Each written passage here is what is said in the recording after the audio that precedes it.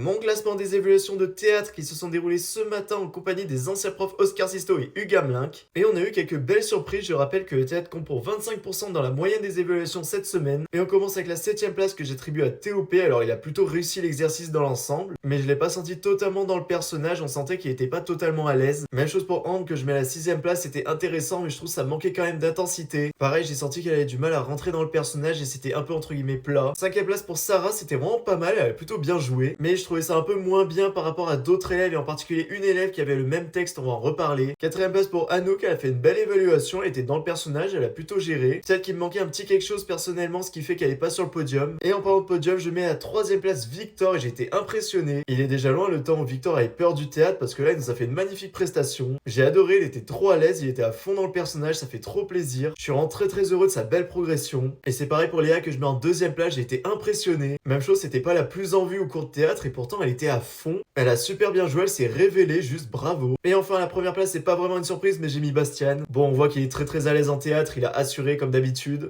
Il a magnifiquement bien joué son personnage, il était hilarant, bref, j'ai rien d'autre à dire. N'hésite pas à faire ton propre classement en commentaire et abonne-toi pour rien rater de l'actu Starac.